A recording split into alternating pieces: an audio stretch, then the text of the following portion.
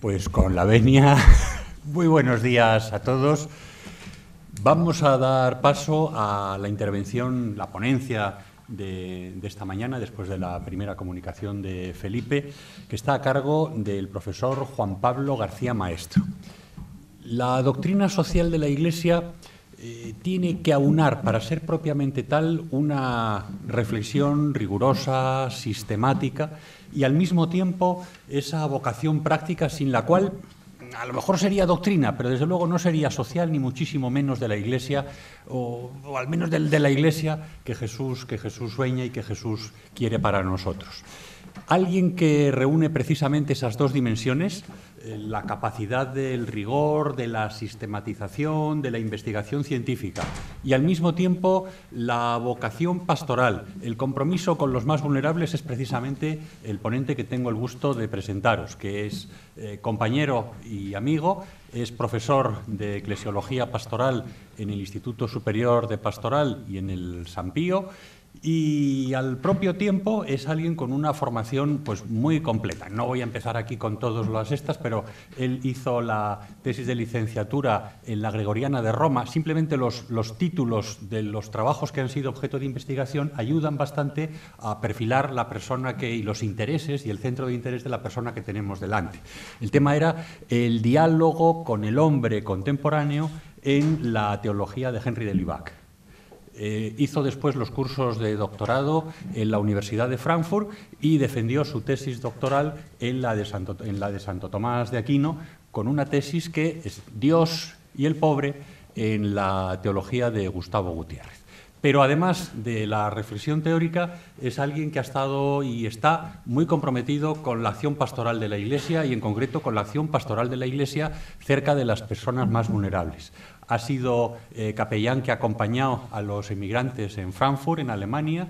Ha estado también en la parroquia de San Juan Bautista de la Concepción, de la Orden Trinitaria. Él es trinitario, participa del carisma de la Trinidad. Aquí hay dignísimos representantes y bueno, pues yo no hago un currículum más así. Tiene publicaciones innumerables. Yo siempre le digo en broma, porque somos muy amigos, digo siempre la penúltima, porque cuando digo lo último que has publicado, dice no, es lo penúltimo, porque acaba de salir ahora mismo uno que es cómo hablar de la salvación hoy en la catequesis. Yo iba a decir, la última es Eclesiología de la Praxis Pastoral, pero ahora resulta que van a publicar otra sobre Gustavo Gutiérrez. Entonces, la penúltima que acaba de salir ahora mismo es la de hablar de la salvación hoy. Tiene un montón de libros, es un hombre muy prolífico y ya digo, me parece que es la persona adecuada para iluminarnos sobre el tema que nos ocupa. Pues nada más, Juan Pablo, muchísimas gracias y tuya es la palabra. Bueno, pues muy buenos días a todos. Agradezco a Fernando Fuentes y a los organizadores de estas jornadas de doctrina social de la Iglesia haberme invitado a impartir esta ponencia sobre la nueva evangelización de lo social, que quiere ser sobre todo una aproximación, un análisis teológico. Un saludo también particular a Santiago García Aracil, que me ordenó a mí de diácono el 16 de julio de 1988 en la Catedral de Jaén, que agradezco por su presencia entre nosotros. Agradezco también las palabras de presentación de mi amigo y colega José Luis Segovia, de Josito para todos, que yo cuando oigo siempre estas presentaciones digo, ¿seré yo del que están hablando? Bueno, de todas maneras, muchas gracias, José Luis, por la presentación. Bien, en mi introducción desearía comenzar con algunas observaciones preliminares que son las que van a dar sentido al resto de los apartados que voy a desarrollar. La primera observación preliminar lleva como título «La nueva evangelización debe incluir entre sus elementos esenciales el anuncio de la doctrina social de la Iglesia». Pero con el interrogante, ¿está suficientemente presente la doctrina social de la Iglesia en la nueva evangelización? Bien. Con motivo del Simposio de Doctrina Social de la Iglesia celebrado en la Fundación Pablo VI del 12 al 14 de septiembre del año pasado, de 2011, la doctora Flaminia Giovanelli, del Consejo Pontificio Justicia y Paz, señalaba en su intervención, que además era sobre este tema, la nueva evangelización social, señalaba en su intervención que la doctrina social de la Iglesia no es un planteamiento teórico de la realidad social o del hombre, sino que tiene que tener una relevancia y, sobre todo, debe incidir en la praxis. De hecho, al final de su ponencia, pedía que se hiciese un balance cada año de todas las cosas prácticas que en teoría se afirma en la doctrina social de la Iglesia o en la pastoral social. Para ello, ella citaba un número de la encíclica Mater Magistra, que además se celebraba los 50 años, el año pasado, ¿verdad?, y 30 años de la labor en Exercens, pues citaba el número 227 y 226 y 27 de la encíclica de Juan XXIII, que dice así: una doctrina social no debe ser materia de mera exposición, ha de ser además objeto de aplicación práctica. Esta norma tiene validez sobre todo cuando se trata de la doctrina social de la Iglesia, cuya luz es la verdad, cuyo fin es la justicia y cuyo impulso primordial es el amor. Es, por tanto, de suma importancia que nuestros hijos, además de instruirse en la doctrina social, se eduquen sobre todo para practicarla. Hasta aquí el final de la cita. En esta encíclica de Juan XXIII, Mater Magistra, también se introduce el método ver, juzgar y actuar, en concreto en el número 236. Y también encontramos las señales de la relación entre evangelización y doctrina social de la Iglesia, precisadas después por Juan Pablo II en las encíclicas Solicitudo Rei Socialis y Centesimus Annus. La doctrina social de la Iglesia es un elemento esencial de la misión evangelizadora, no evangelizadora por ser parte integrante, y esto lo subrayo, por ser parte integrante de la concepción cristiana de la vida. Mater Magistra número 2. De esta forma, la encíclica de Juan XXIII se anticipó a Juan Pablo II. Y esto que acabo de decir y anunciar ahora nos lo recordó el Papa Benedicto XVI al dirigirse a los participantes en el congreso promovido por Justicia y Paz con motivo del 50 aniversario de la encíclica Mater Magistra, en concreto el 16 de mayo de 2011. Bien, desde hace años se viene insistiendo que se debería tomar en serio la enseñanza de la doctrina social en los seminarios, en la catequesis, en el apostolado de los seglares, en las asociaciones, en las parroquias. Esto lo recordaba ayer muy bien el profesor Bullón en su conferencia ayer por la tarde. Sin embargo, el conocimiento e interés por esta disciplina todavía son muy insuficientes hasta el día de hoy. Si Juan Pablo II decía que la nueva evangelización debe incluir entre sus elementos esenciales el anuncio de la doctrina social de la Iglesia, así lo dice en la Solicitudo Rei Socialis número 44 y en la Centesimus Annus número 5, ¿cómo va a ser posible que se lleve a la práctica si no tomamos en serio la doctrina social en la reflexión y la praxis eclesial? Y yo digo que llevamos ya años dando vueltas al tema de la nueva evangelización. Alguien ha tenido la paciencia de contar que llevamos ya 1000 veces hablando de esta cuestión desde Ardientes. Pero quizá el fallo está, no acertamos porque la doctrina social de la Iglesia no ha entrado con toda la radicalidad que se merece en la praxis de la evangelización. La tesis que sostengo es que damos muchas vueltas al tema de la nueva evangelización, pero hay al final un cierto descontento porque pienso que no incluimos los elementos importantes de la doctrina social de la Iglesia y de la pastoral social. Como también yo creo que habría que acentuar en la nueva evangelización y, sobre todo, en la doctrina social de la Iglesia, que debe incluir en su discurso la gran crisis de Dios que hoy estamos viviendo. Creo que eso lo resalta muy bien el Instrumentum Laboris que se ha preparado con motivo del Sínodo de los Obispos que vamos a celebrar en el mes de octubre, como voy a señalar.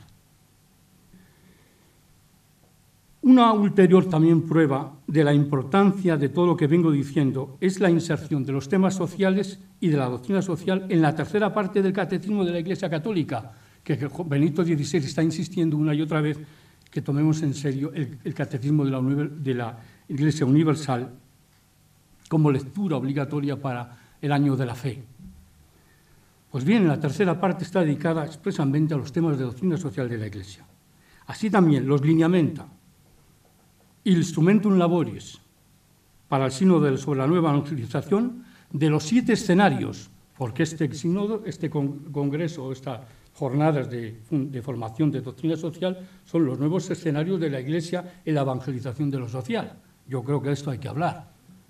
Bien, pues en los lineamenta y los instrumentum laboris sobre la nueva evangelización para la transmisión de la fe, de los 7 escenarios, hay 4 de carácter netamente social, como vamos a ver a continuación en la segunda observación preliminar que voy a presentaros.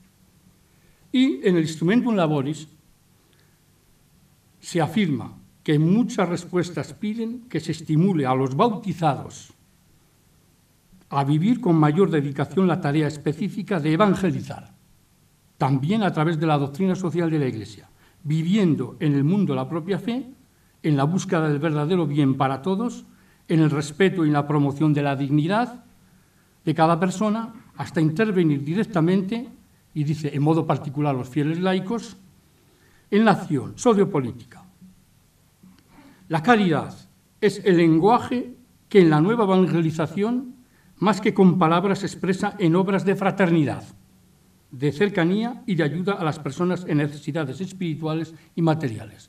Hasta aquí la cita del Instrumentum Laboris en el número 124. Y en el número 130 también del Instrumentum Laboris se insiste de nuevo en la importancia de la doctrina social en la nueva evangelización. Él dice así: el testimonio de la caridad de Cristo, mediante las obras de justicia, paz y desarrollo, forma parte de la evangelización. Porque Jesucristo, que nos ama, le interesa todo hombre. Sobre estas importantes enseñanzas se funda el aspecto misionero de la doctrina social de la Iglesia como un elemento esencial de la evangelización. Este anuncio es anuncio y testimonio de la fe, es instrumento y fuente imprescindible para educarse en ella. Hasta aquí la cita también del Instrumentum Laboris, en concreto el número 130, que cita además la Caritas in Veritate número 15.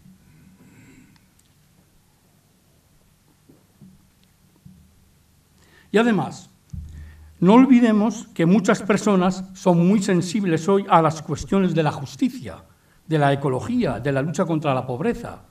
Esta es una realidad que puede ser considerada como una auténtica oportunidad también para la nueva evangelización. Y es curioso que Benedicto XVI, con motivo de los 25 años del encuentro en Asís en 1986 por Juan Pablo II, el 27 de octubre del 86, cuando convocó a todas las grandes religiones, esta vez Benedicto XVI, el 27 de octubre de 2011, reunió a todas las grandes religiones para orar por la paz, pero no solamente las religiones, sino también la gente atea y agnóstica. Porque nos une la verdad, nos une toda la lucha por la paz y la justicia, y son gente que está buscando la verdad también. Yo creo que esto forma parte también de la sensibilidad de Benedicto XVI, de ese diálogo entre fe y cultura, que sigue siendo el gran drama y la ruptura esa que hablaba Pablo VI en la Evangelii Nuntiandi, el gran drama todavía de la evangelización, de la acción pastoral.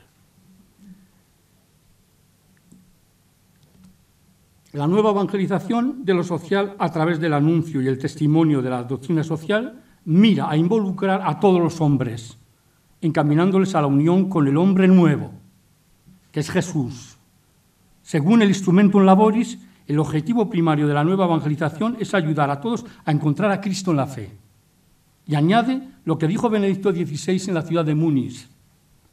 Allí donde como Iglesia damos a los hombres solo conocimientos, habilidades, capacidades técnicas, instrumentos, les damos demasiado poco. El motor originario de la evangelización es el amor de Cristo para la salvación eterna de los hombres. Es verdad. Nos une la lucha por la justicia, los derechos humanos, etc. Pero si solamente diéramos eso a los hombres, les daríamos demasiado poco. Y es por ese motivo que en el número 35 del Instrumentum Laboris llama la atención sobre las falsas interpretaciones sobre lo que es la nueva evangelización. Dice, sin embargo, no faltan, lamentablemente, falsas convicciones que limitan a la obligación de anunciar la buena noticia. En efecto, hoy se verifica una confusión creciente que induce a muchos a desatender y dejar inoperante el mandato misionero del Señor, citando Mateo 28, 19. Id por todo el mundo y anunciar la buena nueva. A menudo se piensa que todo intento de convencer a otros en cuestiones religiosas es limitar su libertad. Sería lícito solamente exponer las propias ideas e invitar a las personas a actuar según su propia conciencia, sin favorecer su conversión a Cristo y a la fe católica. Y se dice que basta ayudar a los hombres a ser más hombres o más fieles a su propia religión, que basta con construir comunidades capaces de trabajar por la justicia, la libertad, la paz, la solidaridad. Además, algunos sostienen que no se debería anunciar a Cristo a quienes no lo conocen, ni favorecer la adhesión a la Iglesia, pues sería posible salvarse también sin un conocimiento explícito de Cristo y sin una incorporación formal a la Iglesia. Hasta aquí la cita del número 35, cuando llama la atención sobre esas falsas interpretaciones. Y que además, aquí el Instrumentum Laboris no hace otra cosa que citar una nota doctrinal acerca de algunos aspectos de la evangelización de la Congregación para la Doctrina de la Fe del 3 de diciembre de 2007, en concreto el número 3 de esa instrucción. Bien, hasta aquí esta primera observación preliminar que yo considero importante aclarar. Segunda observación preliminar es los nuevos escenarios, que es el título además de esta semana, estos días, de formación de doctrina social de la Iglesia. Los nuevos escenarios de la nueva evangelización. Y aquí también añado que en ellos lo que se pretende es que la realidad tome la palabra. La realidad asume todo su protagonismo, como dijo Rahner, del Concilio Vaticano II, hablando de la Gaudium et Spes, y también luego la aplicación del concilio en América Latina en la segunda asamblea episcopal celebrada en Medellín, en Colombia, en 1968. La realidad ha tomado la palabra. La realidad ha tomado el lugar, o por así decir, un lugar hermenéutico dentro de la teología. Porque así los lugares teológicos desde la realidad dan más de sí, dice Juan Carlos Escanone. Hemos recordado más arriba que Juan XXIII en la Mate de Magistra introdujo el método ver, juzgar y actuar. Quiero tomar en serio este método aplicándolo al Instrumentum Laboris del próximo Sínodo de los Obispos, que se celebrará del 7 al 28 de octubre sobre la nueva evangelización para la transmisión de la fe. Creo que ya sea los lineamenta como el Instrumentum Laboris comienzan con un planteamiento teológico, cristológico y eclesiológico, y diría eclesiológico neumatológico también, de lo que se entiende por evangelización. Un buen planteamiento teórico desde el principio. ¿Por qué la Iglesia está llamada a evangelizar? ¿Cómo es el Padre que envía al Hijo a evangelizar, que es el evangelizador por excelencia, citando la Evangelii Nuntiandi? Su dimensión también cristológica, que ha venido Cristo, que viene concretamente a predicar la buena nueva a los pobres. De acuerdo.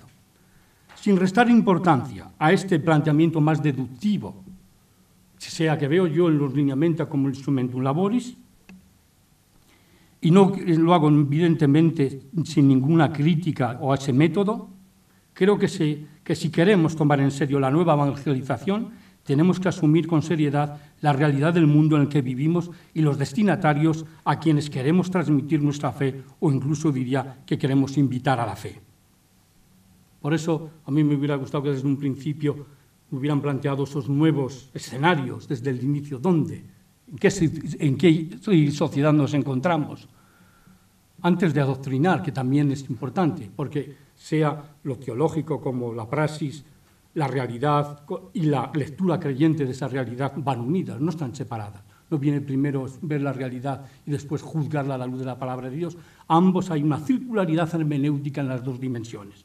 Pero yo, perdonadme, desde ahí que quiero analizar desde ese método inductivo, donde la realidad ha tomado la palabra, desde ahí quiero presentaros los 4 escenarios especialmente que corresponden a la doctrina social de la Iglesia, aunque los otros 2, el comunicativo, el científico y el religioso, voy a tenerlo también en cuenta en la parte final cuando yo presente los desafíos del diálogo interreligioso, la sociedad plural religiosa que estamos viviendo.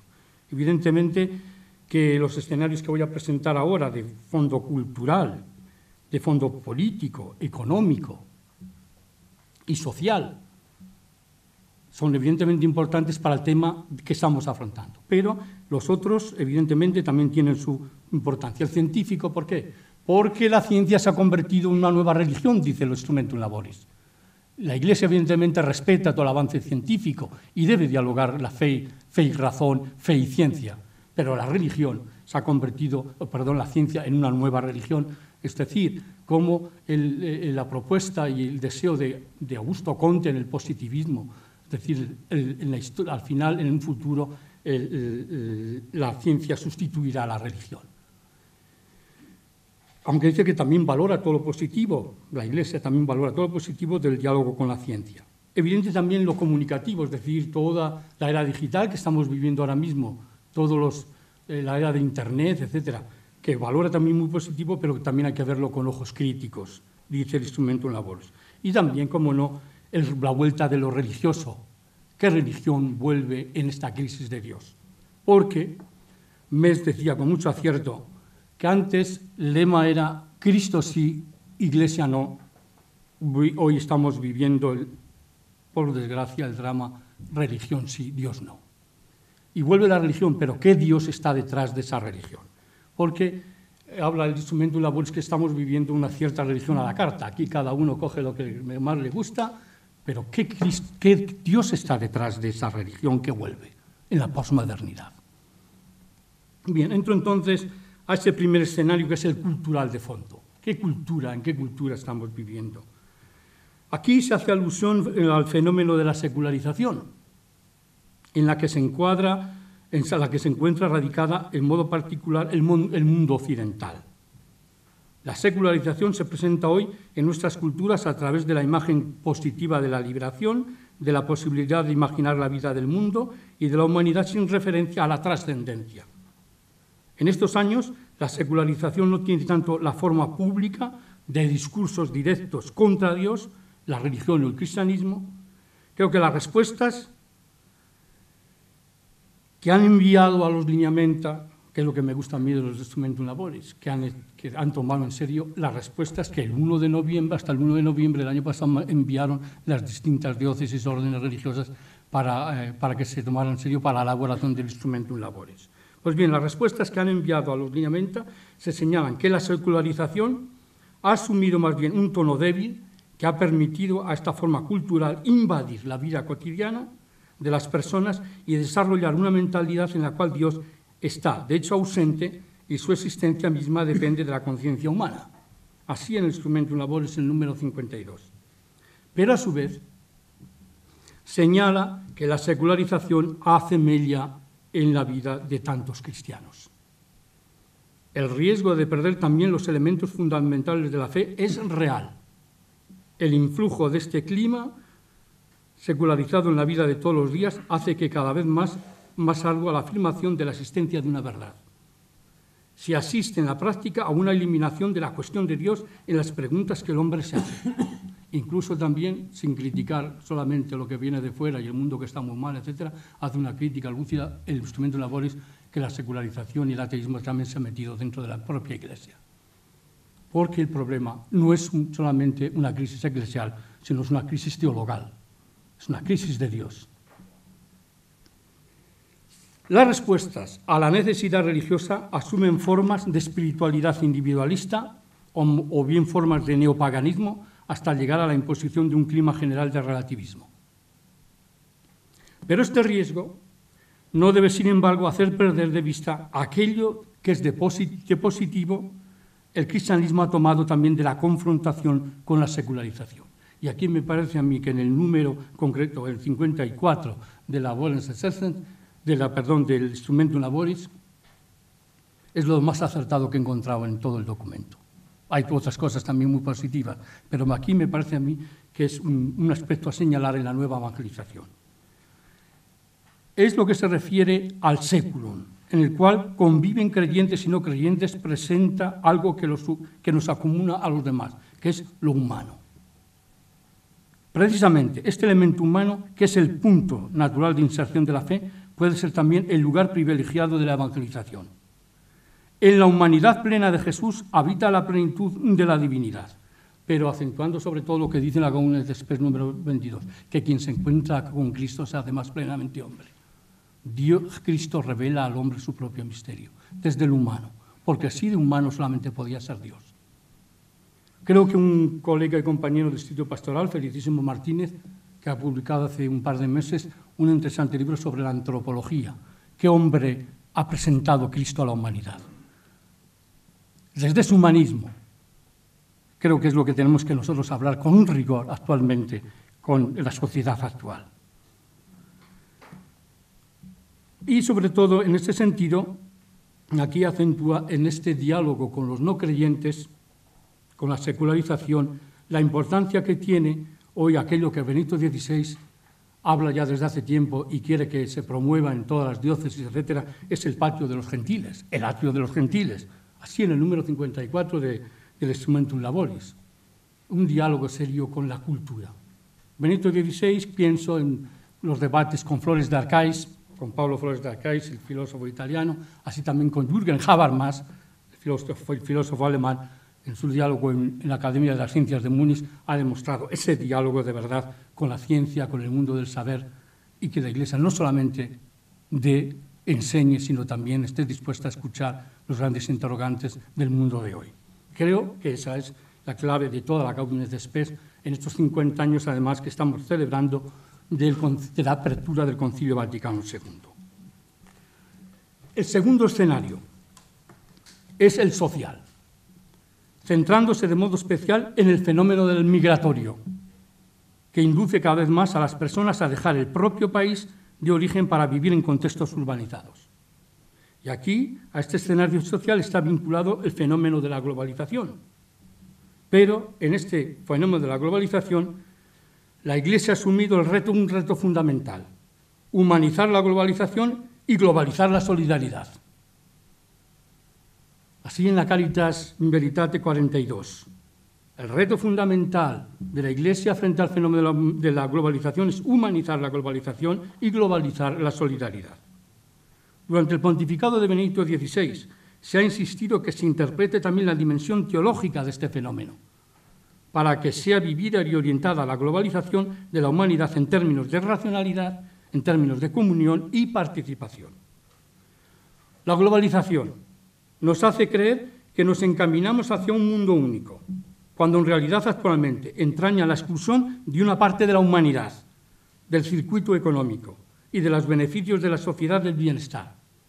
Millones de personas son convertidas en sí en inservibles o desechables después de su uso. Todas las que han quedado fuera de los ámbitos de la información. Y aquí yo creo que dice con acierto Benedicto XVI en la Caritas in Veritate, en el número 19, que la globalización ni es buena ni es mala, sino lo que queramos hacer nosotros con ella. Pero este mundo que se ha achicado, que fácilmente nos encontramos unos con otros, ¿ha servido de verdad para hacernos más hermanos?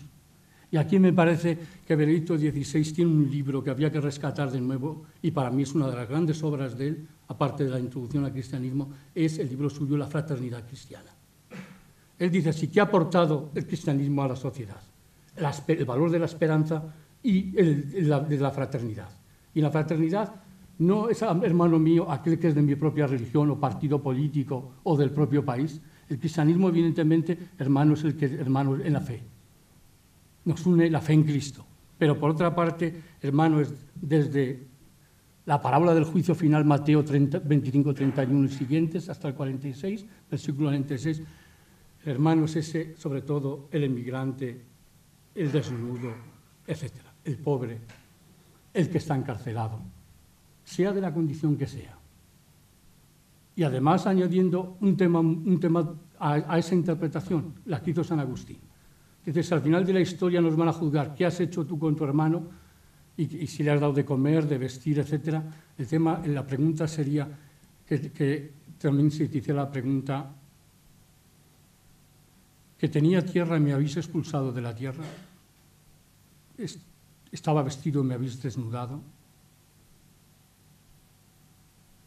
tenía agua y me habéis dejado sin ella? Porque en definitiva es el problema de la usurpación de los bienes de los otros. ¿Veis? Agustín va incluso más allá de Mateo, apunta a un problema estructural.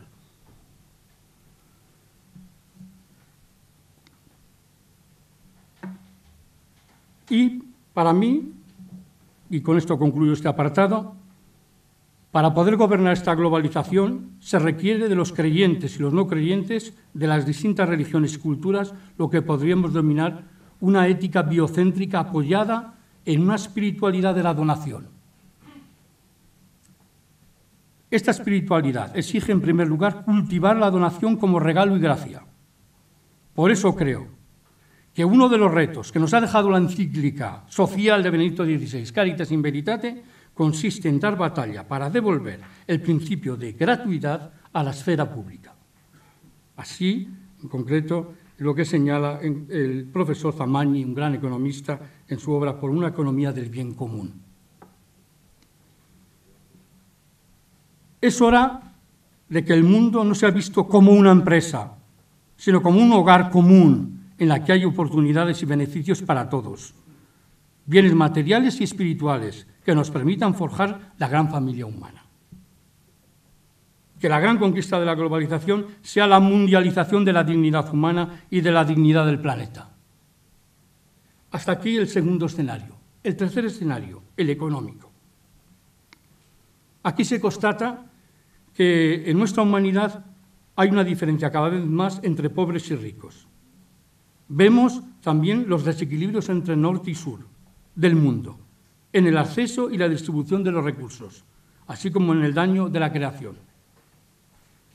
La continua crisis económica en la que nos encontramos indica el problema del uso de los recursos, tanto los naturales como los humanos. Es verdad también que no es deber de la Iglesia definir las vías de testimoniar y mantener vivos los valores en que se fundamenta la dignidad de la persona y de promover aquellas formas de solidaridad que favorezcan el bien común para que la humanidad se convierta en la familia de Dios.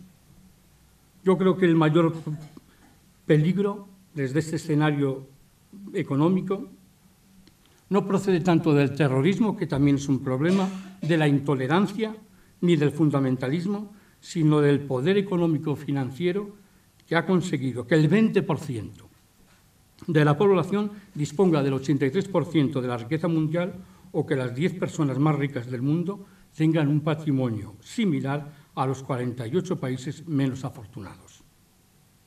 El cuarto escenario es el político.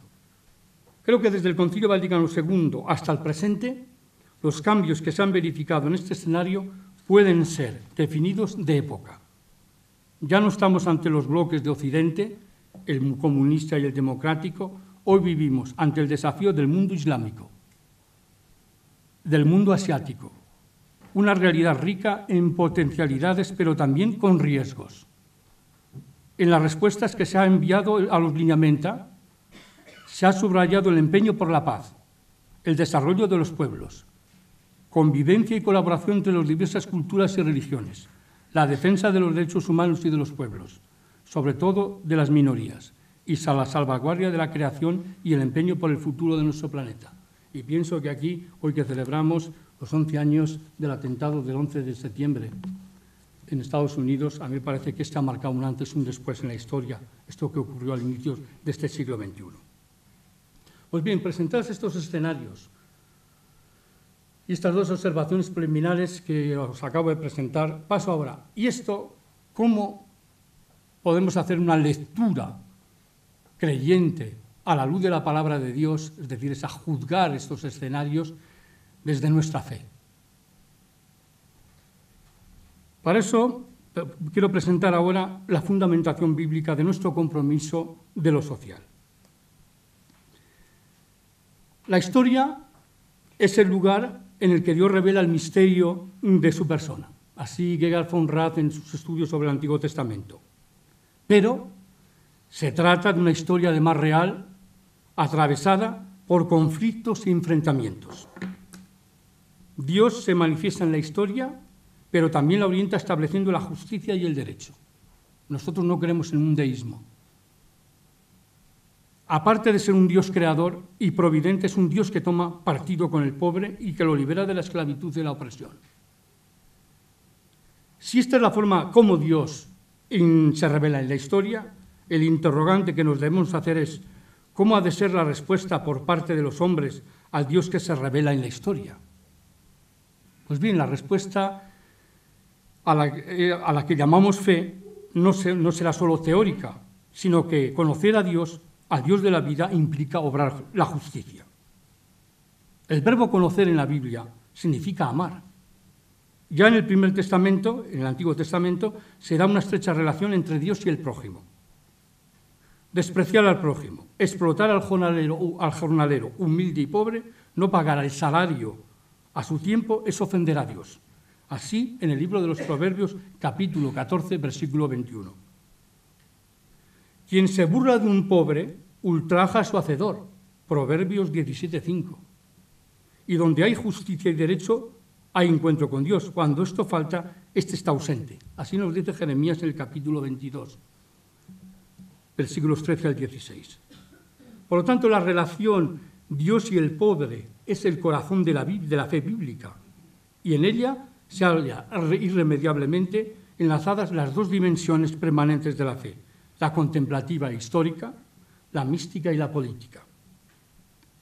La dimensión mística y contemplativa apuntan al abandono y entrega a Dios, que en el lenguaje de la espiritualidad cristiana se denomina como pobreza o infancia espiritual. Lo contrario es la idolatría, es decir, el abandono en falsos dioses. El problema en la Biblia no es el ateísmo. El ateísmo es un fenómeno más de la Ilustración para acá. El problema de la Biblia es el abandono en los falsos dioses, el tema de la idolatría que tanto denunciaron los profetas. En la Escritura, el rechazo de Dios es presentado no como un ateísmo, sino como idolatría, es decir, como una fe en un falso Dios. La idolatría es sometimiento y confianza en algo distinto de Dios. Caer en la idolatría es caer en la muerte. El Dios de la idolatría es un Dios asesino. Por eso decimos que ateo no es el que niega a Dios, sino el que desprecia al pobre. Porque despreciando al pobre y al prójimo, despreciamos también a Jesús de Nazaret y a Dios Padre. Yo creo que en estos tiempos citar el libro del Eclesiástico en el capítulo concretamente 34, dice así: sacrificar cosa injusta es hacer ofrenda rechazada, no lograr complacencia a los presentes de los sin ley. No se complace el Altísimo en ofrenda de impíos, ni por el cúmulo de víctimas perdona los pecados. Inmola un hijo a los ojos de su padre, quien ofrece víctima a costa de los bienes de los humildes. Pan de indigentes es la vida de los pobres. Quien se lo quita es un hombre sanguinario. Mata a su prójimo quien le arrebata su sustento. Vierte sangre quien quita al jornalero el jornal al jornalero. También Jesús sitúa el dinero como un antidios. Nos pone en la disyuntiva: ¿a quién servimos? ¿A Mamón o al Dios de la vida? Porque servir a Mamón significa derramar sangre del pobre. Y el texto evangelista de Lucas de la parábola del rico Epulón y el pobre Lázaro es también una denuncia a los fariseos por parte de Jesús por poner su confianza en el dinero. Por eso en la carta a los Colosenses también va a decir que la codicia es una idolatría. Y en la primera de Timoteo, capítulo 6, la raíz de todos los males es el afán del dinero. Que yo creo que este es el origen también de nuestra crisis. ¿Qué demuestra esta crisis que estamos viviendo? Que el gran Dios que creemos es la propiedad y el dinero, el Dios capital. Y yo creo que en ese sentido Jesús da una respuesta bien clara a la sociedad con respecto a este tema, por la dimensión que él vive también entre la dimensión mística y también profética. Jesús siempre aparece en los evangelios como un hombre de oración, que vive continuamente en relación al Padre. Y debido también a esa relación, a esa profundidad, diría, en su vida mística y contemplativa, es lo que le hace decir a Bonhoeffer que Jesús fue un hombre que vivió para los demás, un hombre para los demás. Bien, Hasta aquí está, creo que yo, estos textos que nos iluminan también la lectura creyente, juzgar la realidad, estos escenarios que hemos presentado a la luz de la palabra de Dios. ¿Cuál sería la fundamentación, no solamente bíblica, sino también teológica, de nuestro compromiso social?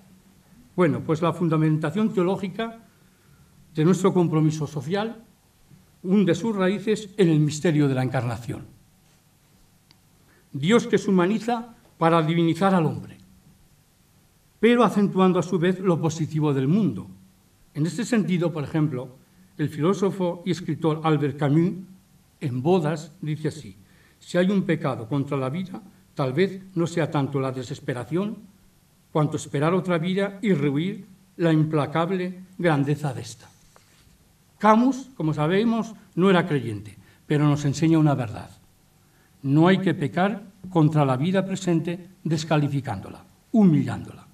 Por ello, no debemos poner en el centro de nuestra fe en el más allá hasta el punto de hacer que el presente sea insignificante, pues pecaríamos contra la encarnación. Se trata de una opción antigua que se remonta a los padres de la Iglesia, que se llamaba a la encarnación un sacrum commercium, poniendo así de relieve la relación de la reciprocidad profunda entre lo humano y lo divino, y sobre todo señalando que el Dios cristiano es un Dios de hombres que viven en la historia y que se interesan, es más, se conmueven por su condición humana. Entonces amar la existencia se convierte en acto de fe y no solo de gusto personal, abierto a la esperanza, que no se refiere solamente al futuro, sino también al presente, porque necesitamos saber que nuestras obras, además de un destino, tienen un significado y un valor aquí y ahora.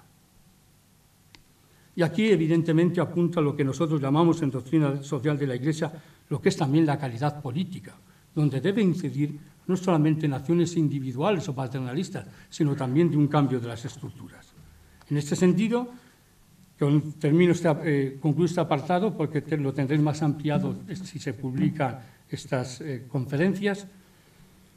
Me gusta la aportación que hace Monseñor Fernando Sebastián en su lúcido libro Evangelizar.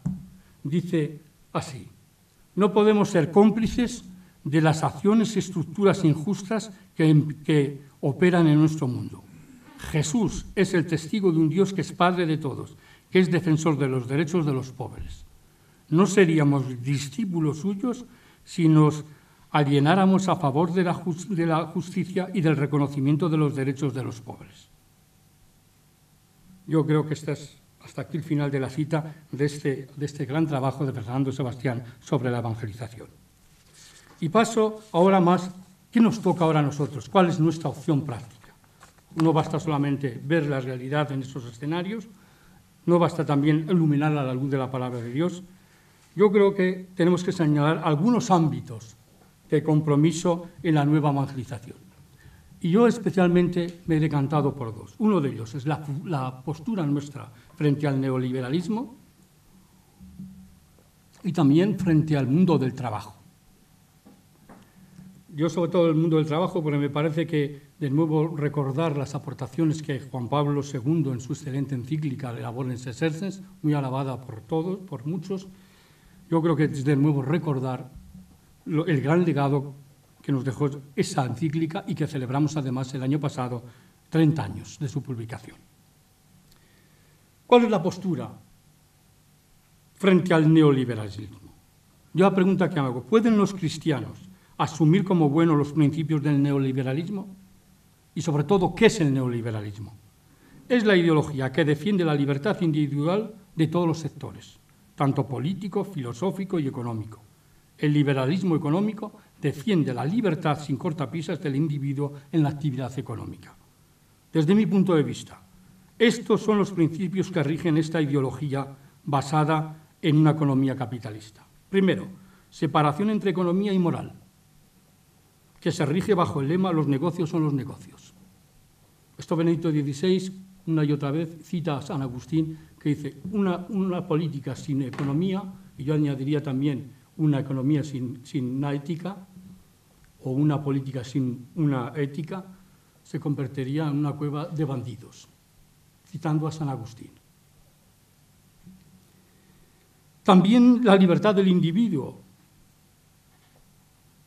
La primera ley de este orden económico es la libertad del individuo, pues nadie mira mejor por sí mismo que cada uno. Esta libertad se concreta en el dejar hacer y dejar pasar. También en el mercado libre.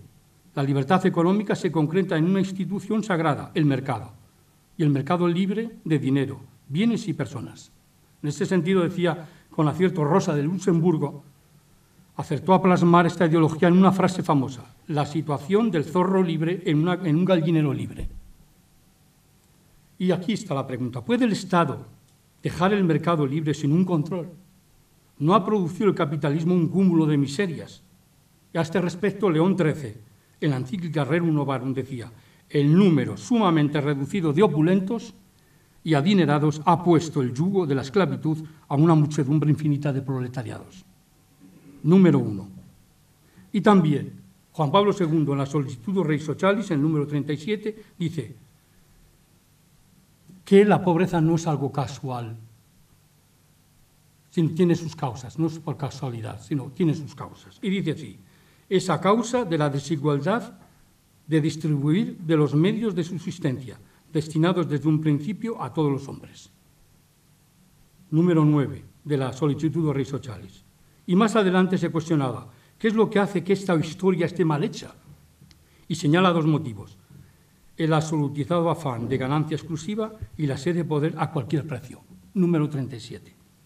Yo creo que con la caída del muro de Berlín, el 9 de noviembre de 1989, al derrumbarse el comunismo en Europa, deja el campo libre a un solo competidor, que es el neoliberalismo.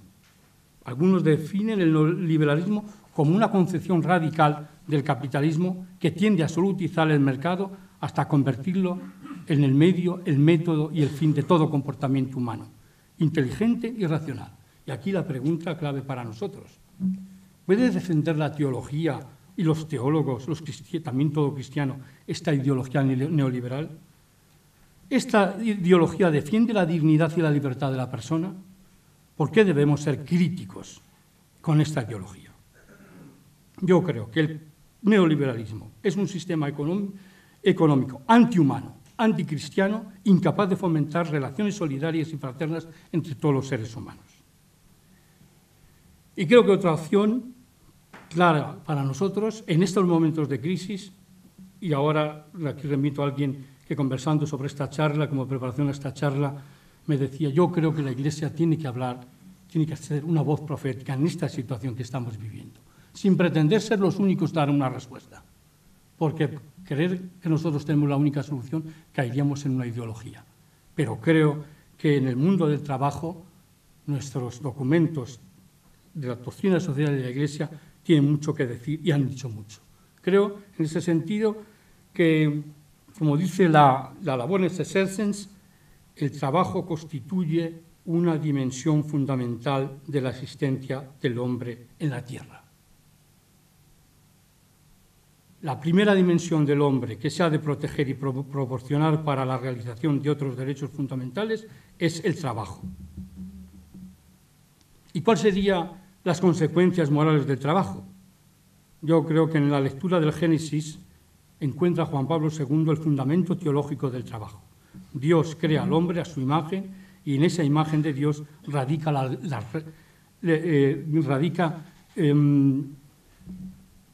grandeza del trabajo.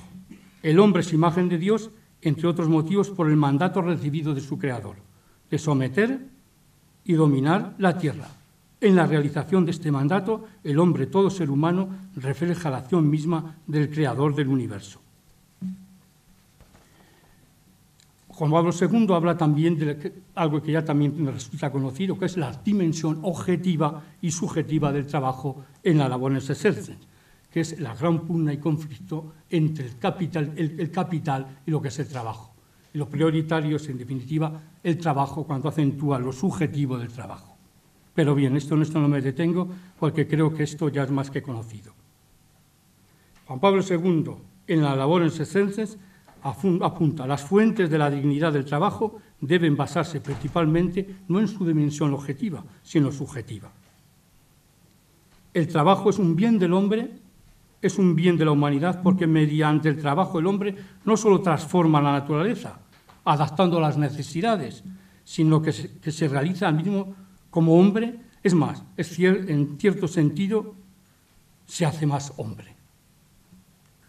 Y concluyendo este apartado, creo que al drama de la desocupación que están sufriendo muchos hombres y mujeres, pienso que la Iglesia debe recordar este pensamiento de Tomás Moro, patrono de los políticos. Decía así como el hombre no se puede separar de Dios, del mismo modo la política, y yo añadiría también la economía, no se puede desconectar de la moral. Y con Benedicto XVI, en la Caritas in Veritate, dice: la economía tiene necesidad de la ética para su correcto funcionamiento, no de una ética cualquiera, sino de una ética amiga de la persona, en el número 45 de la Caritas in Veritate. Y concluyo ya, porque me quedan 10 minutos y me deja José Luis. Quiero concluir con el desafío que hoy tenemos de el diálogo con las grandes religiones, en este escenario que también el Instrumentum Laboris habla de la religión. Nos encontramos, sobre todo desde el Concilio Vaticano II, yo creo aquí en ese sentido que el diálogo interreligioso tiene un gran desafío para la nueva evangelización. Y el legado del Concilio Vaticano II yo considero muy importante desde su decreto o declaración, de la Nostra Aetate. Uno de los últimos documentos que se aprobaron en el concilio, el 28 de octubre de 1965, por Pablo VI, donde a mí me parece que se ha dado un vuelco, un giro copernicano a la hora de ver las grandes religiones. Me parece a mí que la Nostra Aetate parte de una pregunta: ¿qué espera la humanidad de las grandes religiones? Las respuestas a las grandes cuestiones interrogantes que el hombre se ha hecho a través de la historia. ¿Qué es la muerte? ¿Qué será de nosotros en el más allá? ¿Por qué del sufrimiento humano? ¿Por qué del mal? Yo creo que este es, en primer lugar, no solamente se lo atribuye al cristianismo, estos grandes interrogantes que se espera de la religión, no solamente cristiana, sino de todas. La Nostra Aetate, en el segundo número, dice así: todo lo bueno y santo que hay en las otras religiones lo aprecia también el cristianismo. Y habla de las semillas del verbo. En el tercero, nos invita a una visión nueva sobre el Islam, que nos une sobre todo en el sentido el Dios de la misericordia, cuando muchas veces nos empeñamos más en un enfrentamiento en el Dios misericordioso de Mahoma y el Dios misericordioso que nos reveló Jesús de Nazaret. Evidentemente que el diálogo interreligioso apunta a un punto muy importante, que es nuestra propia identidad, porque no podemos nosotros dialogar con los demás si primero no hay una identidad clara de lo que nosotros creemos. Yo creo que la mayoría de los prejuicios que hay acerca del diálogo interreligioso, o temor al Islam, etcétera, al diálogo con nosotros, es la falta de identidad en primer lugar entre nosotros. Y es que de la evangelización, o el diálogo, ya es evangelización. Y vamos también con la intención de aprender a los otros. Vamos a evangelizar, pero también para dejarnos también interrogar y aprender de lo mucho que tenemos que aprender, que también los otros nos pueden dar. No hay diálogo sin propia identidad. Me parece a mí que esto es lo que ha marcado en concreto todos los encuentros de Juan Pablo II con las grandes religiones y también Benedicto XVI. A mí, los encuentros de Asís han demostrado claramente que es posible el diálogo. No habrá paz en la humanidad si no hay paz en las religiones. Y yo creo que aquí esto es un gran valor que la doctrina social de la Iglesia tiene que insistir en ese aspecto del diálogo para construir la paz, porque ese es el objetivo del diálogo interreligioso. El conocernos, el saber también aceptar lo mucho que puede enseñar los otros, pero a su vez para un compromiso en favor de la justicia y en favor, sobre todo, de la paz. Y, sobre todo, no se puede amar lo que no se conoce. Y aquí sí que yo diría que la doctrina social de la Iglesia en la formación de la catequesis, de las parroquias, debe ser un impulso para que nuestra liturgia, nuestra acción pastoral y nuestra formación esté centrada cada vez más en el diálogo con nosotros, en el conocimiento de los otros. Yo creo que aquí se juega muy mucho la Iglesia en un futuro. Esto no quiere decir que tengamos que caer en relativismos. Yo hasta ahora Yo creo que se ha estudiado muy poco y se ha trabajado poco la dimensión bíblica del diálogo, pero creo que hay claves desde el punto de vista bíblico de cómo aparecen en nuestros textos sagrados, cómo los demás también nos enseñan. Yo pienso, por ejemplo, en el libro de Job. Job, que era de la tierra de Juz, pagano, es para nosotros y para la Iglesia y para el Antiguo Testamento y el pueblo de Israel un paradigma de que es posible una experiencia de Dios al margen de la religión cristiana o también del judaísmo. Pienso que Jesús también, por otra parte, termina alabando a aquellos que están fuera de la tradición judía. Pienso en el buen samaritano, pienso en la sirofenicia, pienso en el centurión y pienso también en Cornelio. Jesús pone ejemplos bien claros de personas que están fuera del pueblo de Israel y, sin embargo, dice Jesús, no he visto un hombre con tanta fe en Israel como dijo del centurión. Y yo creo que tenemos que dar en ese sentido un salto más allá de los paradigmas que nos hemos movido siempre en el diálogo interreligioso, como es el exclusivista, fuera de la Iglesia no hay salvación, el inclusivista, cristocéntrico o el pluralismo también de Hin, Níter, etc. Me parece a mí que desde la Escritura estamos llamados a dar un salto más allá, sin querer tampoco agotar los paradigmas del diálogo con las otras religiones. Creo que la Iglesia y el cristianismo debe ser exclusivista en la encarnación, en la cruz, debe ser inclusivista en la resurrección y debe ser pluralista en la Iglesia y también en la mística. Digo la encarnación porque el Dios de Jesucristo, como demostró muy bien en su estudio de la Trinidad Christian Ducot, la discreción de la manifestación en la historia con una encarnación con olor a establo. Desde la humildad, desde la kenosis, que sería para nosotros dialogar con nosotros desde esa humildad. El Dios, la discreción de Dios de encontrarlo donde a veces no queremos. Y a Dios se le encuentra en el pobre, en el excluido. No podemos dialogar desde ahí con las otras religiones. O la cruz. Es exclusivista en la cruz porque el cristianismo tiene una única verdad irrenunciable, la del Salvador crucificado. Y es sabido que la obsesión de Pablo fue no vaciar la cruz de Cristo. Y hay un exclusivismo también en la cruz porque Jesús hizo la paz con todas las cosas por la sangre de su cruz. Y la paz en las religiones brota por un cristiano de la cruz de Jesucristo y sin esta no puede haber paz. Es inclusivista en la resurrección porque el Dios de Jesús es el Dios de la vida y ese es el Dios que nos une frente a una cultura de la muerte. Y ese es pluralista en la Iglesia porque tiene que salir al encuentro de todos, no por proselitismo. Todo ello tiene sus consecuencias positivas en la evangelización. Su misión no consiste en aumentar el número de fieles y su poder, sino que crezca en toda la persona la calidad de lo que es humano, lo que dice el Instrumentum Laboris, lo humano. Y es pluralista también el Espíritu Santo. Juan Pablo II en la Redentoris Missio habla de que el Espíritu está también presente en las otras culturas. Y no solamente de modo particular en la Iglesia y en sus miembros. Su presencia, dice Juan Pablo II en el número 28 de la Redentoris Missio, su presencia y acción son universales, sin límite alguno, ni de espacio ni de tiempo. La presencia y la actividad del Espíritu no afecta únicamente a los individuos, sino también a la sociedad, a la historia, a los pueblos y a las culturas y a las religiones. Y debe ser universal, sobre todo en la mística, porque la dimensión que nos une a todas las religiones, ya sean monoteístas, cristianismo, islam, judaísmo, como las interiores, el budismo, el hinduismo, etc., se trata de hablar y compartir nuestra experiencia de Dios y cómo esta experiencia nos debe llevar a una mística de ojos abiertos, no de ojos cerrados porque si cerramos los ojos no vemos el sufrimiento humano, a un compromiso en favor de las víctimas y de los excluidos. Y aquí yo creo que el diálogo interreligioso nos obliga a evangelizar más. Diría yo también a una clara identidad de lo que significa y que estamos llamados a evangelizar.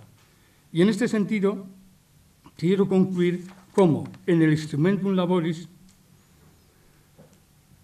llama la atención sobre este tema.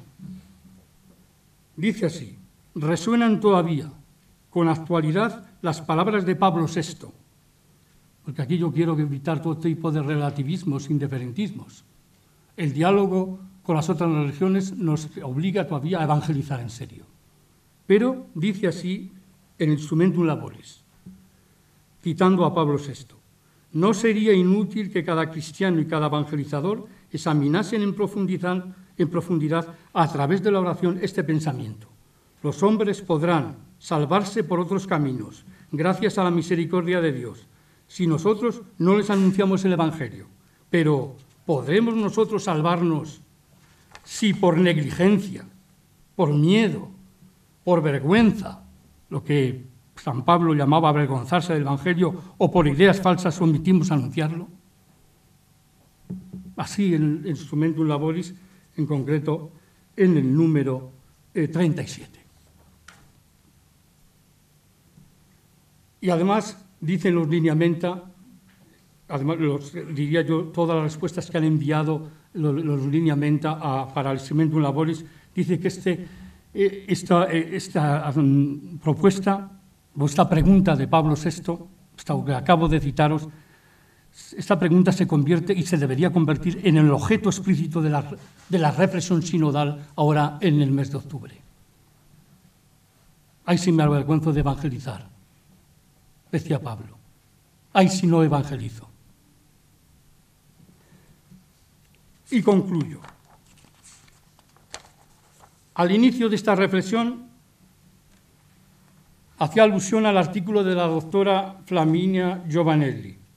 Ella, al final de su ponencia, como recordado al inicio, deseaba que se pudiera publicar anualmente un informe sobre al menos un cierto número de buenas obras prácticas desarrolladas a partir de la doctrina social de la Iglesia.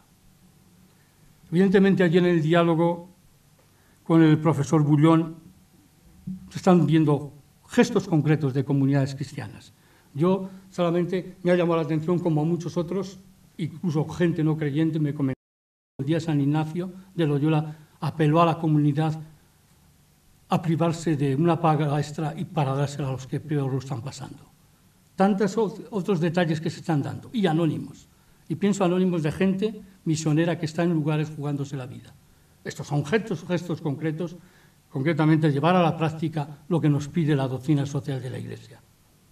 Pero mi intención no es enumerar algunas obras, sino gestos concretos que se nos está pidiendo en estos momentos. Remito, por ejemplo, a lo que nos invitaba Juan Pablo II en su encíclica Solicitudo Rei Socialis, que apremiaba a la Iglesia diciendo: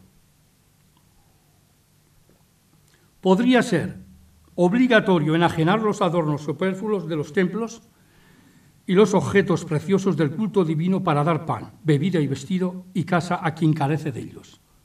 Número 31 de esta encíclica. En esta misma línea, uno de los santos padres de la Iglesia, San Juan Crisóstomo, afirmaba en una de sus homilías: no pensemos que basta para nuestra salvación traer a la Iglesia un cáliz de oro y pedrería después de haber despojado a las viudas y a los huérfanos. ¿Qué le aprovecharía al Señor que su mesa esté llena de vasos de oro si Él se consume de hambre? Saciad primero su hambre y luego, si sobra, adornar la mesa. Así una homilía 50 sobre San Mateo de San Juan Crisóstomo. Ayer el profesor Bullón citó a San Basilio. Todos los bienes que tienen, ¿de quién los ha recibido? Los padres de la Iglesia en la doctrina social, yo creo que tienen mucho que decir hoy en estos tiempos. Y finalmente, Benedicto XVI, en su encíclica, su primera encíclica programática, Deus Caritas es, en la línea de la espiritualidad del buen samaritano, que es la que marcó todos los documentos que quería Pablo VI de los documentos del Concilio Vaticano II, los 16, dice la que hay que leerlos desde la espiritualidad del buen samaritano. Pues bien, desde esa línea, desde esa espiritualidad del buen samaritano, afirma Benedicto XVI en la Deus Caritas es, en el número 25, dice así: la Iglesia es la familia de Dios en el mundo. En esa familia no debe haber nadie que sufra por falta de lo necesario.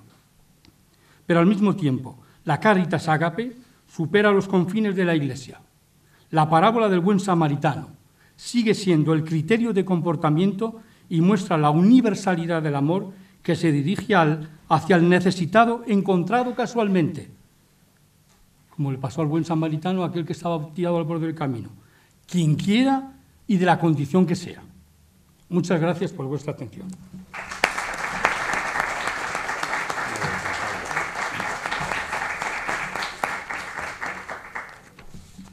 Pues muchísimas gracias, Juan Pablo, por tu espléndida ponencia, que seguro que ahora da pie a intervenciones de los asistentes. Así que tenéis la palabra ahora los asistentes a esta intervención.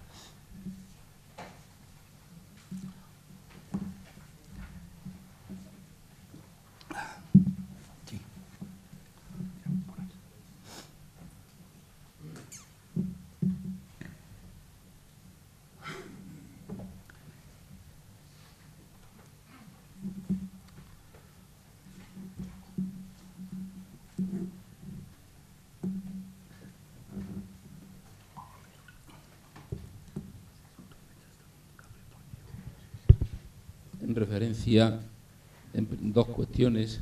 Una, el 14 de febrero del 2011, el presidente del Consejo Pontificio para la Promoción de la Nueva Evangelización, Monseñor Fisichella, comentaba: estamos en medio de una profunda crisis que se ha convertido en crisis de Dios, que la has explicado. Así podríamos decir, la religión sí, pero Dios no. Y tampoco la Iglesia, decía él. Dios hoy no es negado, comentaba, sino desconocido. La segunda cuestión, en una intervención del presidente de Cáritas Internacional, se comentaba cómo encarnar el Evangelio en esta época. Y decía: por ello, la Iglesia, compuesta por personas, con sus estructuras y métodos de evangelización, no puede responder como en épocas anteriores a esta nueva época con sus acelerados cambios. Como principal desafío interno de la Iglesia está el reencuentro, el reencontrar a sus consagrados y a sus agentes pastorales.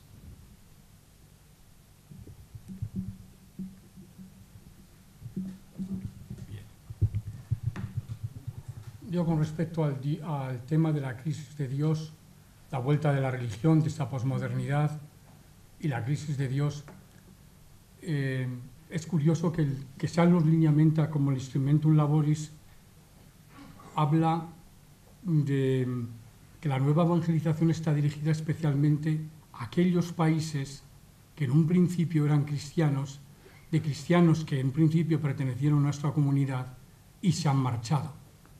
Dice, no exclusivamente a ellos, porque esa misma, diría yo, esa misma crisis de la fe está presente también dentro de la comunidad eclesial. Yo creo que no es un problema teológico, es un problema teologal.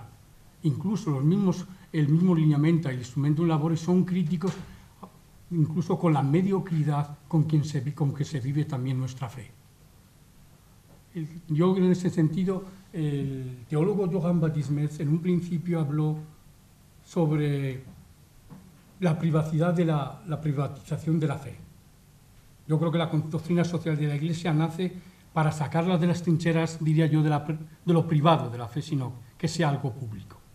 Habló de la teología política en ese sentido, pero en estos últimos escritos suyos, Mysterium Passionis, etc., y ya desde hace tiempo, dice, hoy estamos viviendo una crisis de la teodicea. Es una crisis de Dios, pero tengamos mucho cuidado, porque a veces decimos, es que en esta crisis de Dios, a veces lo que tenemos que insistir en ella y dejarnos de problemas secundarios, a veces que discutimos que si el celibato libre, no sé cuánto, la ordenación de la mujer y todas estas cuestiones. El cardenal Walter Kasper dice, no, lo que hoy tiene que afrontar con seriedad la Iglesia es la crisis de Dios profunda que estamos viviendo. Pero tengamos mucho cuidado al acentuar de una forma abstracta, metiendo todos los problemas en esa crisis de Dios, sin acentuar la seriedad de esa crisis de Dios, preguntándonos, ¿pero en qué Dios en definitiva creemos? Porque en vez habla de una crisis de Dios, cuando también, a su vez, con una falta de sensibilidad ante el sufrimiento humano. Por eso le insiste una y otra vez que hoy necesitamos no una mística de ojos cerrados, sino una mística de ojos abiertos. Y de ahí la crisis, concretamente de la teodicea. Y todo el tema de afrontar el problema del sufrimiento de los inocentes, que viene insistiendo una y otra vez teólogos latinoamericanos, africanos y también de aquí de Europa, y en concreto él. ¿Cómo hablar de Dios después de Auschwitz? ¿Cómo hablar de Dios después de las Torres Gemelas? No solamente es una crisis de Dios abstracta, sino una crisis de Dios con poca sensibilidad por el sufrimiento humano, por el tema de la teodicea. Por eso, cuando acentuamos de una forma así tan a la ligera una crisis de Dios, pero qué consecuencias y qué hay detrás de toda esa crisis, que es en definitiva un problema del lenguaje.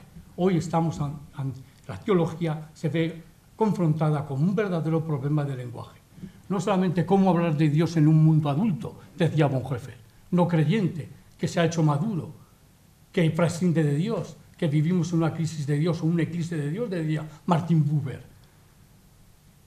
sino cómo hablar de Dios y cómo decir cómo decirle al pobre que Dios es bueno, cómo decirle al que sufre inocentemente que Dios es bueno. Y la pregunta que se hizo Benedicto XVI en Auschwitz, Señor, ¿por qué has permitido esto? Pero es que allí yo creo que la respuesta de Dios por medio de Jesús en la cruz, yo creo que es una palabra definitiva, porque aquí hay una cuestión clave. Yo creo que yo he acentuado que de los dos valores que ha aportado el cristianismo a la historia es la fraternidad, pero también la esperanza. Y yo me parece que en un mundo cada vez cerrado en la inmanencia, en donde es muy difícil despertar el interrogante por Dios, como dice el Instrumento in Laboris y los lineamientos el número 5, que es la tarea de la evangelización, despertar la pregunta por Dios. Hoy día en la nueva evangelización está la clave, pero el tema para mí es con relación a la esperanza. No habría peor final sin un final. Y creo que no solamente tenemos que hablar de compromiso por la paz y la justicia, sino también de la esperanza y de la justicia divina. Porque yo creo que desde la línea de Adorno y Horkheimer, dice si quieres la religión, ¿y qué se espera de la religión en la humanidad? Que este mundo no es el absoluto. Y el anhelo sobre todo de que el verdugo no triunfe siempre sobre la víctima inocente. No como en plan de venganza, pero si no hay justicia para las víctimas desde la justicia divina, los grandes ganadores de la historia han sido los fuertes. Y yo creo que aquí sería dramático. Y Benedicto XVI en la Espesal dice claramente, claro, la Escuela de Frankfurt no dice que ese es un síntoma que Dios existe, pero Benedicto XVI en la Espesal dice, un síntoma de la existencia de Dios es que tiene que haber una justicia divina. Y sobre esa esperanza tenemos que hablar en la historia. Si quitamos a los pueblos la esperanza, ¿qué queda? Yo me parece a mí que en ese sentido ayer también el profesor John lo acentuaba. No solamente la gloria de Dios, es que el hombre viva, citando a Ireneo. Pero la otra frase de Ireneo que dice, y la gloria del hombre es estar un día junto a Dios. Yo creo que sí. No hablamos con radicalidad de la esperanza, de esa justicia divina. A la hora de hablar de la crisis de Dios, diría que esta historia va más allá de esta historia y del encuentro definitivo con Dios, los grandes perdedores de este mundo han sido las víctimas. Y aquí me parece que eso, no solamente de la razón instrumental, que tanto ha acentuado la Ilustración, y que el mismo marxismo también despreció la compasión, y la Escuela de Frankfurt valoró ese aspecto. La razón también compasiva, no solamente la razón instrumental. Y yo creo que en ese sentido la crisis de Dios no se puede decir solamente de una forma abstracta. Hay que provocar el interrogante por Dios llevar la experiencia de Dios a los otros. Eso insiste una y otra vez. Esta es la tarea y el objetivo de la nueva evangelización. Pero no cualquier crisis de Dios, sino un Dios sensible al sufrimiento de los inocentes. Y yo creo que aquí nosotros no podemos resolver todos los temas, pero sí estamos llamados a reivindicar de una vez y otra que la esperanza, el valor de la esperanza que Benito XVI muy bien ha señalado en la Espesalvi. La justicia divina es el síntoma de que Dios existe de verdad, porque los grandes perdedores serían los pobres. Yo me parece a mí que ese aspecto hay que acentuarlo cuando se habla de la crisis de Dios. Y luego, evidentemente, Monseñor Rino Fisichella, tengo yo aquí pues algunas observaciones suyas en el libro La Nueva Evangelización, que se ha publicado en Salterre. Yo me parece, evidentemente, él dice así, no se podrá hacer una evangelización seria si no dejamos la iniciativa a las familias, al laicado. Yo creo que habrá una evangelización seria en tanto en cuanto queremos también un laicado maduro. El Concilio Vaticano II fue el concilio de los obispos, el primero fue del Papa, y el tercero, esperamos, digo, o en un signo o en un futuro, esperamos que sea de verdad, una vez por todas, que los laicos sean los protagonistas en la nueva evangelización. ¿Por qué? Por su compromiso en las realidades terrestres. Creo que la carta de Juan Pablo II, Christi Fidelis Laicis, y todo lo que el concilio, la Lumen Gentium, la importancia de verdad de tomar en serio un laicado maduro. Y en eso creo que el Monseñor Rino Fisichella, en este brillante análisis que hace de la nueva evangelización, dice así, y además con un acento, no solo de el compromiso del laicado en un tema muy concreto, que es en el ecumenismo y también en el diálogo interreligioso. Me llama a mí la atención que el Instrumentum Laboris y los Lineamenta atribuyen la responsabilidad mayor en este diálogo a los laicos. Leamos claramente los documentos, por favor. Pero a mí me parece que no habrá también una evangelización si no hay unidad. En el 2010 celebramos los 100 años de la Asamblea de Edimburgo, donde comienza el nuevo ecumenismo. ¿Cómo nace esa asamblea? En un problema de evangelización con los protestantes. Y allí alguien en la asamblea dijo, por favor, no podemos seguir evangelizando, predicando los anglicanismos, los catolicismos, los luteranismos, la ortodoxia, etcétera, porque eso es un escándalo para la humanidad. No habrá evangelización si no tomamos en serio, en concreto, el ecumenismo, la unidad. Porque, de hecho, Juan XXIII abrió el Concilio Vaticano II por 3 motivos claros: el diálogo con el mundo, la unidad de los cristianos y la adopción preferencial por los pobres. Pero, sobre todo, el Concilio Vaticano II se abrió por un problema de unidad de la Iglesia. Y creo que, en ese sentido, el problema de la evangelización nos une con las otras confesiones. Y aquí, el Directorio Práctico del Ecumenismo lo dice claramente. Tenemos un gran reto. No podemos seguir evangelizando divididos. Ha pasado así bastante desapercibido los 100 años de Edimburgo, de la Asamblea de Edimburgo de 1910, pero creo que había que retomar de nuevo la nueva evangelización que nos une este problema, la división entre los cristianos. No es un tema, no es una exaltación ética de que tenemos que unirnos. Jesús lo hizo desde la oración. Padre, que sea una sola cosa para que el mundo crea. Lo hace en oración. Y tenemos que rezar muy mucho y orar en favor de la unidad. Creo que todo el alma de la Unitatis Reintegratio es el número 8, que es la espiritualidad del ecumenismo. Esta es la clave. La conversión y, sobre todo, nos une Cristo. El resto sobra. Me parece a mí que esto es clave. No he tocado yo ese aspecto ecuménico, pero a mí me parece que los Lineamenta y el Instrumentum Laboris Fisichella también existe, la importancia también del ecumenismo en la acción evangelizadora de la Iglesia. Creo.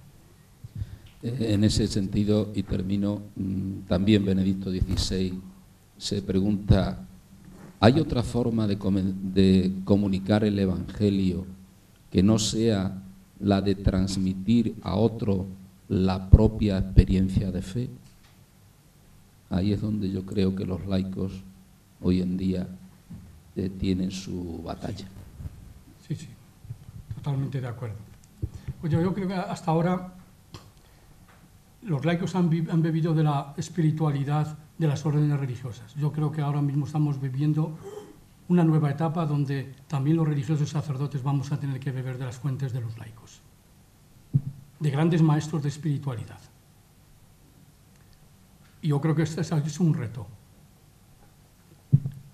Y vayamos en nuestras comunidades cristianas y gente que conocemos en concreto, que son un modelo para nosotros. Evidentemente no desprecio para nada las grandes aportaciones de las espiritualidades religiosas desde la ignaciana o San Juan de la Cruz y Santa Teresa, o nuestra orden, por ejemplo, etcétera, ¿verdad? Pero pienso que hoy día el gran reto es que la espiritualidad que está emergiendo desde el laicado es todo un desafío también del que tenemos que tomar en serio las órdenes religiosas y los sacerdotes, creo. Bien. Una pregunta y una aclaración. Bueno, pues la pregunta sería sobre el método ver, juzgar y actuar. El Papa Juan XXIII, en la Mater Magista número 236, propugna y defiende este método. ¿No cree usted que en nuestra Iglesia actual española lo tenemos un tanto olvidado? Y que este método, si por ejemplo, ahora que hablamos de los laicos, lo lleváramos más a cabo con ellos y sería muy provechoso. Y que, sobre todo, ¿no cree que lo tenemos un poco olvidado en nuestra pastoral? Y segundo, ¿qué quiere decir el Papa Benedicto XVI cuando habla de la ética amiga del hombre? Me resulta curioso que nos explane un poco eso. Gracias.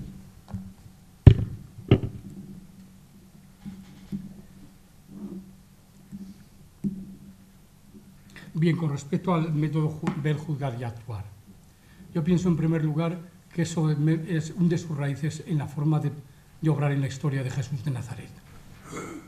Yo creo que Jesús, en primer lugar, desde el sentido profundo de la encarnación y desde su obra pública, es decir, desde la evangelización de los últimos años de su vida, desde dónde se coloca él para ver la realidad. Yo siempre pongo el ejemplo del pasaje del óbolo de la viuda.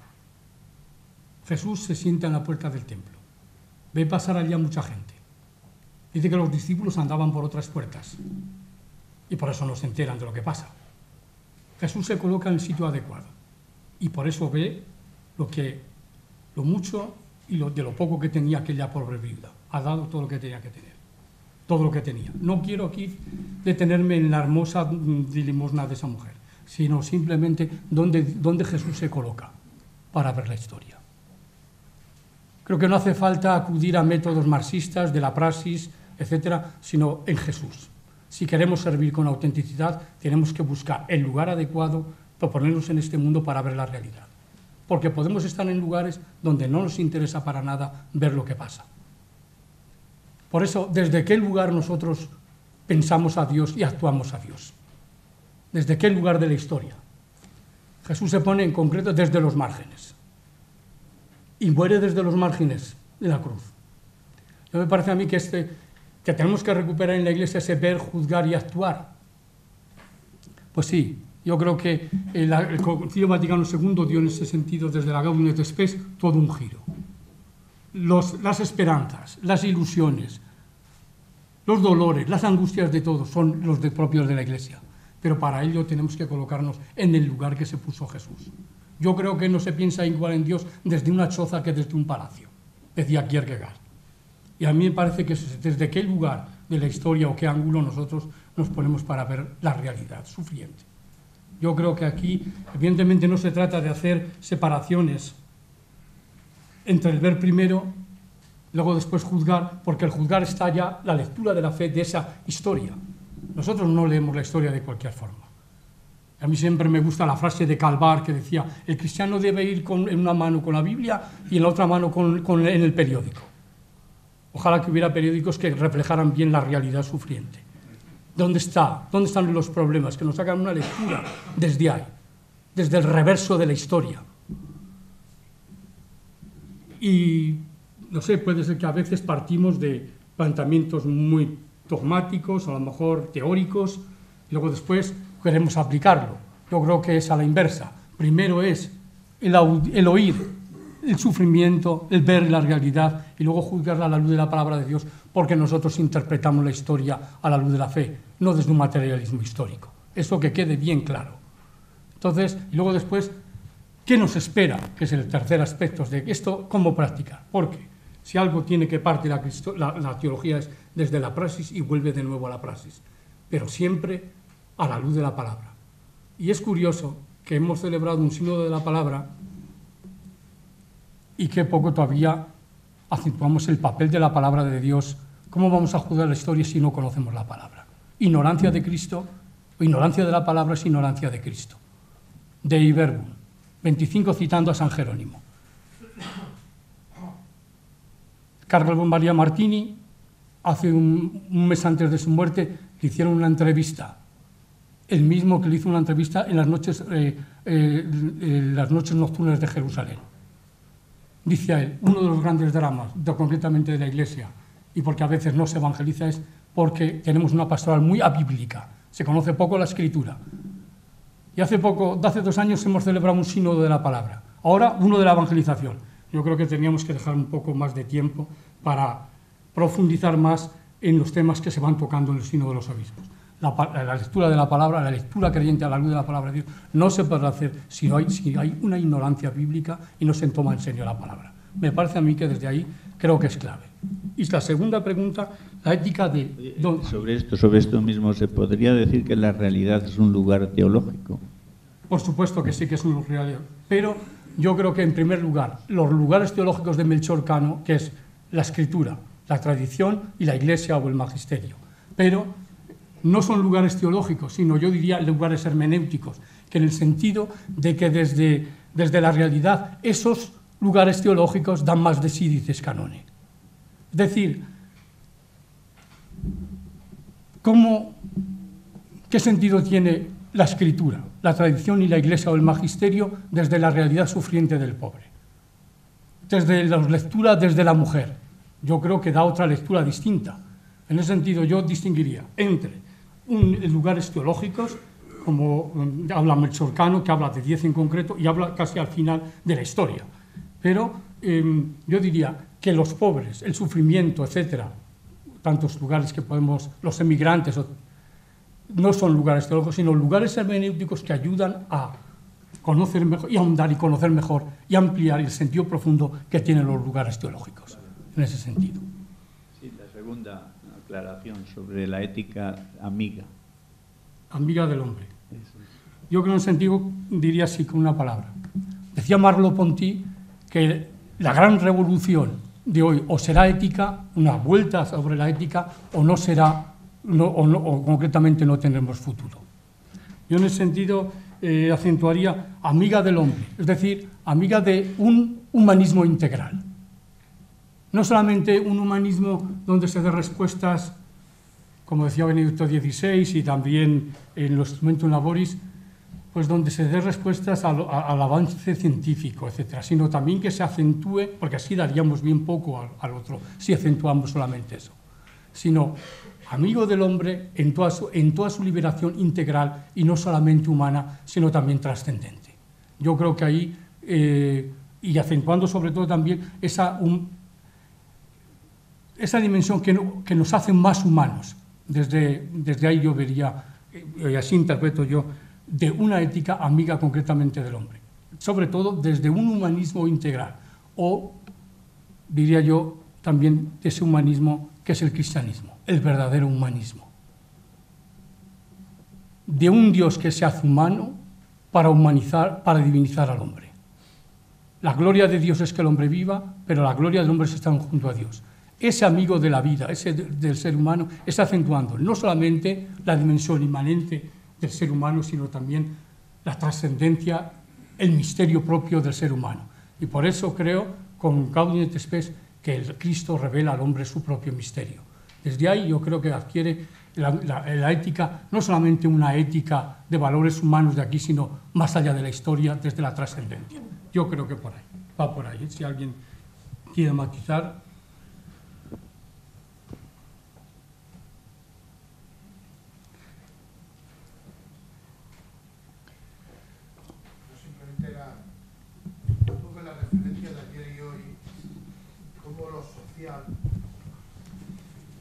Es ámbito de pecado, pero es ámbito de gracia, ¿no? Muchas veces estamos hoy situándonos más en lo social desde una perspectiva de pecado como ámbito de gracia.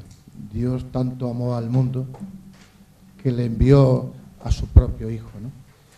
Y desde lo social, ver ya como el reino de Dios, ya, ¿no? Ya, aunque todavía no, pero ya, ¿no? Para ir descubriendo, detectando todas esas semillas de esperanza que en el hoy también se están dando. Para no hacer una lectura en clave pesimista, en clave puramente negativa de esa realidad, ¿no? Y en ese ya también cómo recuperar el concepto de salvación en una serie de dimensiones, ¿no? Por supuesto, en su dimensión de trascendencia y de inmanencia, en esa relación también con promoción, con liberación, que yo creo que la doctrina social de la Iglesia lo pone muy de manifiesto. Sí, pero evidentemente que, por ejemplo, en una crisis de Dios, donde Dios está ausente, es muy difícil también hablar de pecado. Creo que está otra de las... ¿Cómo se puede hablar del pecado entre una crisis de Dios? Si no hay nadie que nos juzgue, evidentemente, con concepto de pecado se puede. Ahora bien, para mí que el concepto de pecado en la vida de Jesús es clave y perdona. Pero yo creo que en primer lugar Jesús no miró el pecado de la gente, sino el sufrimiento de la gente. Que también absuelve el pecado. Sí, sí, pero evidentemente perdona pecados. Y diría yo que la causa de todos los males es el pecado. Hay una liberación estructural, una liberación individual y una liberación soteriológica, o al revés, una redención soteriológica, una redención individual y también de las estructuras. Y no habrá cambio en el mundo si no hay también, diría yo, una conversión. Ahora bien, yo en ese sentido creo que hay que acentuar que Jesús, evidentemente, el pecado fue importante para él, pero ante todo para él miró el sufrimiento de los seres humanos. ¿Y qué es pecado? Yo creo que no he visto una definición, creo que tan seria como la que hizo un autor contemporáneo a nosotros, que decía así: pecado es haber dado muerte al Hijo de Dios y seguir dando muerte a sus hijos. Porque el mayor pecado es atentar contra la vida en todos sentidos. Y yo, en este sentido, evidentemente, que una doctrina social de la Iglesia tiene que acentuar que tanto daño, porque la estructura no es algo abstracto, son personas también que apuntan a responsabilidades, como pasa en la parábola del buen samaritano. Hay unos responsables que han hecho daño a ese que está tirando al borde del camino, pero no sería suficiente solo con un pecado estructural o individual, sino también con soteriológico, porque la causa de todos los males es el mal, es el pecado. Yo creo que eso también tenemos que acentuarlo.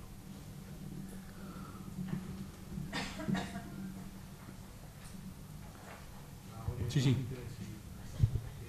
Son dos cuestiones. La primera, si de alguna forma el deber del otro y lo que supone la realidad de sufrimiento del otro se ha olvidado, porque bueno, no es muy políticamente correcto, se convierte en un deber, la palabra deber, ¿no? Que a lo mejor no está de moda, pero sí hemos olvidado que ese sufrimiento, que pueda ir desde alguien en exclusión, en pobreza, marginación, a alguien que está terminalmente muerto, si ese dolor no hay una cierta prudencia, como decía alguien, de no querer enterarse, si nos hemos alejado de eso, por no querer afectarnos por ese dolor. Eso por un lado. Y después por otra cuestión, sí hay gente que está hablando de la exclusión como el nuevo holocausto, ¿no? Como el nuevo... los nuevos campos o resultados de campos de concentración. Si de alguna forma el planteamiento que has dicho al principio de análisis de la realidad, lo que se vivió en aquella época, la gran cuestión que has dicho si Dios ha muerto, y la respuesta de muchos fue no podemos dar la última palabra a la muerte, ¿no? Si hoy día lo que se habla o lo que se plantea sobre la exclusión no son respuestas que de alguna forma es la desesperanza. Es decir, se ha dado paso a que la muerte tenga la última palabra, no hay alternativa, esto está como está, son las consecuencias lógicas, y no se busca una esperanza donde se diga, como en aquel momento, y ahora la exclusión, la muerte no tiene la última palabra.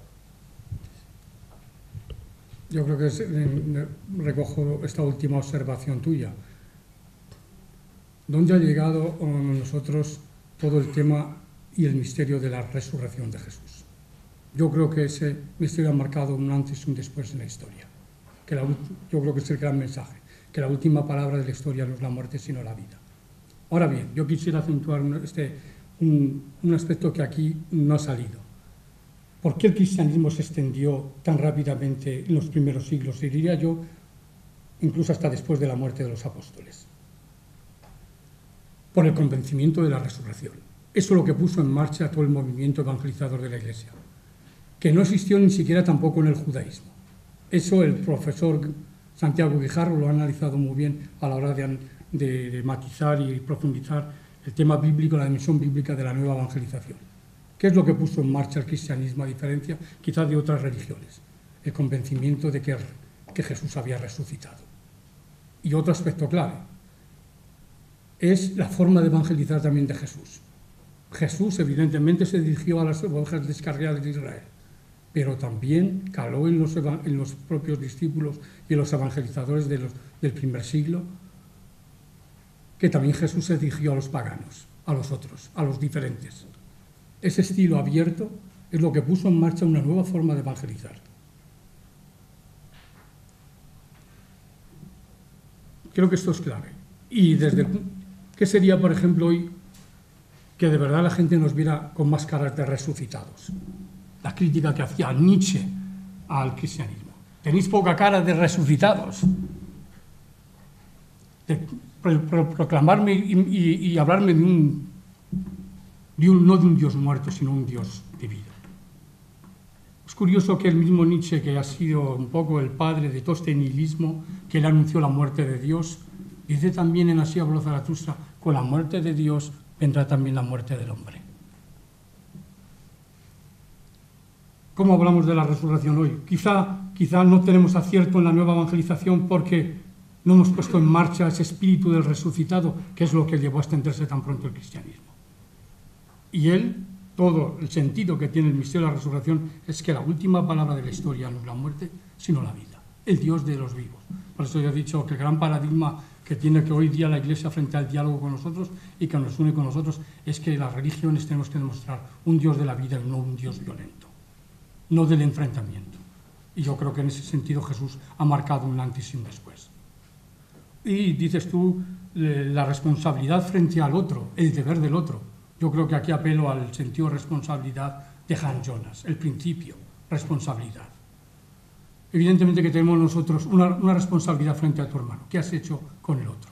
Yo aquí remito a una cita de Adorno que la tomo y robo un poco a mi amigo José Luis Segovia, ¿no? Dice así: dejar hablar al dolor es la condición de la verdad y percibir el dolor del otro es la condición para toda caridad con pretensión de universalidad.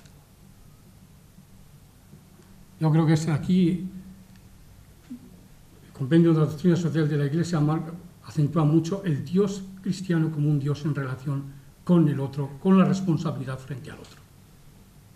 Y esto es un deber, evidentemente, y una responsabilidad. Si hay alguna intervención más, pues si no hay ninguna, dejamos un cuartito de hora de descanso y a la 1:30 celebración de la Eucaristía en la capilla. Pues muchísimas gracias, Juan Pablo, y muchísimas gracias a todos. Vosotros muchas gracias. Sí.